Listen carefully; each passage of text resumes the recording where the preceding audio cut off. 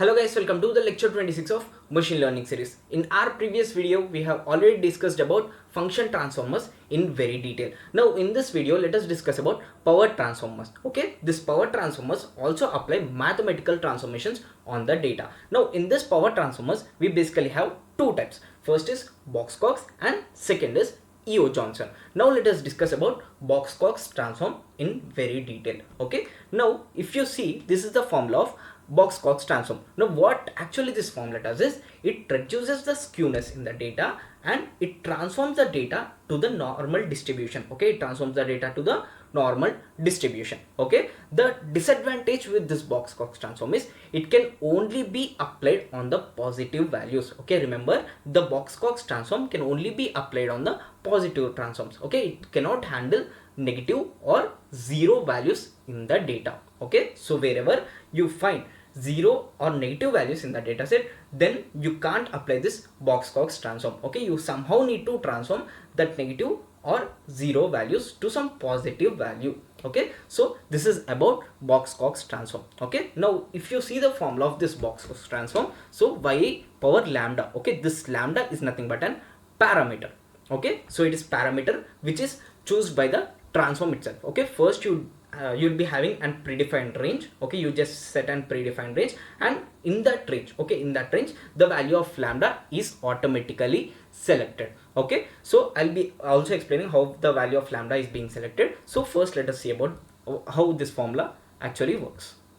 Okay, now if you see, this y is nothing but, okay, this y is nothing but the data sample. Now if we have the feature one of this way and we have number of data samples. Okay, so this is nothing but ya. Okay, this is nothing but y1, this is nothing but y2, this is nothing but y3, and this is nothing but y4. So individually on each of the sample will be applying this Box-Cox transform. Now if you see, ya power lambda is equal to ya power lambda minus 1 divided by lambda if lambda is not equal to 0. Okay, so this formula is applicable only when lambda is not equal to 0. So when lambda is equal to 0, then we apply log transform itself. Okay, so now let us see about the value of lambda. Now lambda value, okay, when the lambda value is equal to 1, then we don't apply any transformation. Okay, remember, when lambda value is equal to 1, if we choose a value of lambda as 1, then we don't apply any transformation. When lambda value is equal to 0, we have already seen, we apply log transform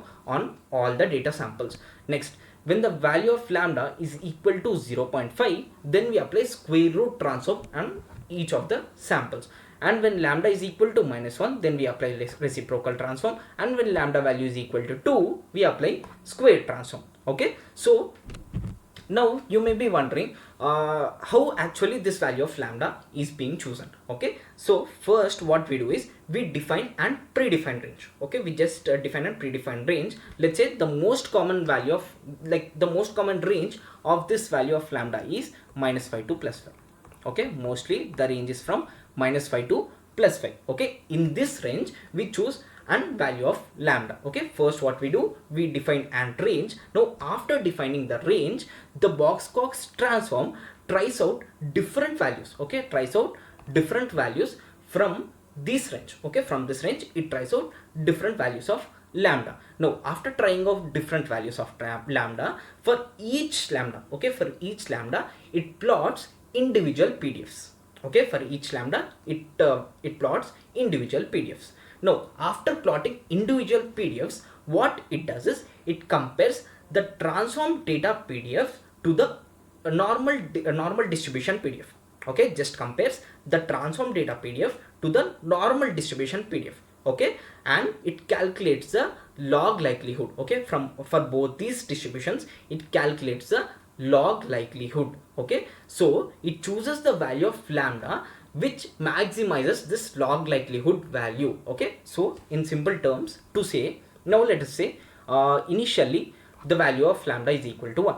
Okay, so let us start with 0. Okay, so as 1 applies no transformation, so let us start with 0. Now first the value of lambda is equal to 0. So after applying transformation, let's say we have plotted the plot of this way. Okay, next the value of lambda is chosen as 0.5. Okay, another time there is a plot of this way.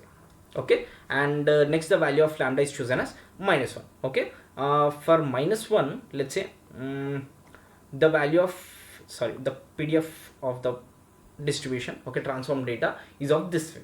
Okay, so in this way it plots PDFs of different values of lambda. Now after plotting, what it does is it compares, okay, it compares each of these PDFs, okay, each of these PDFs with the normal distribution. Okay, how it compares? Using log likelihood. Okay, for log likelihood we'll be basically having a formula. So when you substitute the values of when you substitute the values in this log likelihood formula, then you will be getting the log likelihood of each of this, okay, each of these comparisons. Okay, you will be getting the log likelihood of each of these comparisons. Then you will be selecting the value of lambda such that it must be it must produce maximum log likelihood. Okay, it must produce maximum log likelihood.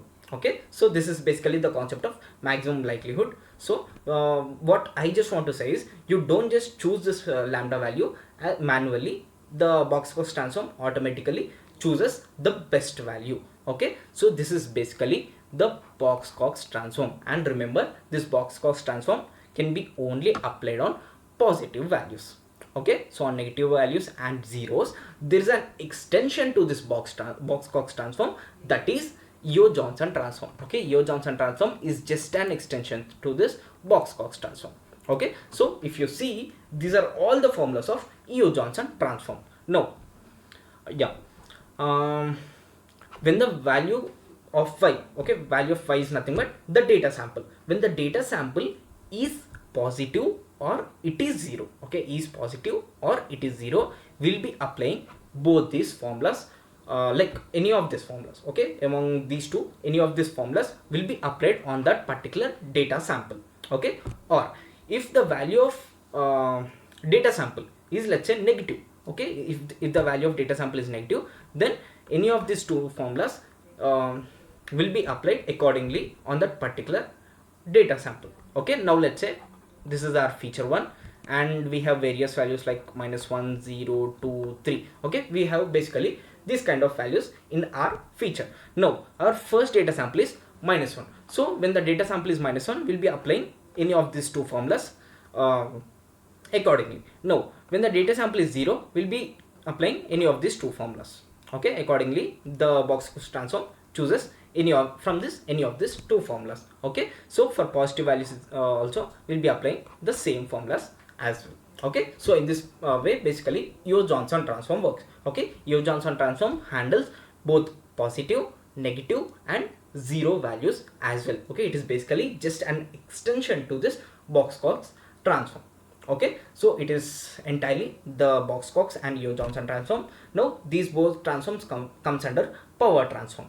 Okay, so next we'll be applying both these type of transformations on a real world data set. Okay, first I'm importing necessary libraries. You can see pandas, numpy, matplotlib and also stats to plot QQ plots, and then power transformer to apply power Box-Cox and Yeo-Johnson transformations on our input data set, and then logistic regression is my model, and then train test split to split the data into training and testing, and then accuracy score is my metric. Okay, I'm using the same data set that I have used in my previous video. Okay, so then I'm just taking my entire features into x variable and locking my entire target variables into y, and so x as my entire input features and y as the target label. Okay, so next I'm just plotting QQ plots for my input features. You can see that this is for my feature 1 and this is for my feature 2. Okay, you can see there is a clear skewness in feature 1 and feature 2 as well. Okay, there are outliers present and also there is skewness in both my features. Okay, so now what I am doing is I'm just applying Box-Cox transform. Okay, so if you train on this type of data, so definitely the results won't be that good. So that is why what I'm doing, I'm just applying initially Box-Cox transform. Okay, so first what I'm doing, I'm just copying my entire features in x to x Box-Cox, because in future, okay, in future I'll be applying on the x variable my Yeo-Johnson transform. So that is why what I'm doing, I'm just copying my entire x into x Box-Cox. Okay, so then what I'm doing is I'm just transforming the negative and 0 values to positive values. Okay, by this formula you can just transform the negative and 0 values to positive values. So then I'm just creating object of power transformer with method is equal to Box-Cox, and then I'm fitting my input features, okay, input features in my Box-Cox, okay, in my Box-Cox transform. So then I'll be getting transformed input features, okay, I'll be just getting my transform input features. So next what I'm doing, I'm just splitting my data into training and testing by providing X Box-Cox transform and Y my output variable, and then I'm training my logistic regression model for maximum of 1000 iterations, and I'm just fitting my train data and I'm just testing it on the X test. Okay, you can see this is the accuracy score. Now let us plot the QQ plots of this transform data. Okay, now if you see, these are the QQ plots of feature 1 and feature 2. Okay, transformed values of feature 1 and feature 2. You can see that these are the QQ plots. Okay, so they are like nearly normal. Okay, they are nearly normal but not exactly normal. Okay, if all the points lie on this straight line, then we can say that the distribution is exactly normal distribution. But as you can see, few points are lying outside this line. We can't say this distribution as exactly normal distribution. Okay, it's just nearly normal distribution. Okay, so these are the transformations. Okay, these are basically the QQ plots after applying the Box-Cox transform. Next, let us apply the Yeo-Johnson transform. Okay, now just I'm creating another object, pt underscore Yeo power transformer method is equal to Yeo-Johnson, and then I'm just fitting my data. Okay, I'm just fitting my X, that is input features, to the object, and I'll be getting my transformed features into X underscore Yeo. Okay, I'll be just getting my transform features into X underscore Yeo. Then I'm just splitting the data into training and testing. Okay, inputs are X Yeo and Y is my target label, and then I'm choosing model as logistic regression with maximum iterations of as 1000, and then I'm fitting my train data and I'm just predicting it on the test data. Okay, the accuracy is almost similar and the QQ plots are also almost similar. Okay, you can see that you can compare both these QQ plots. The QQ plots are also similar, means both Box-Cox and Yeo-Johnson are applying similar transformations, similar kind of transformations on this data, but they basically vary when you take some real world data sets. Okay, definitely you will be seeing some different visual results when you take some other type of data sets. Okay, so this is basically the entire Box-Cox and Yeo-Johnson transformation, and this is the entire code. Okay, I'll be just providing this code in the description, so try it on some different data set. Okay, so hope you guys like this video. If you like the video, please like, share and subscribe. Thank you.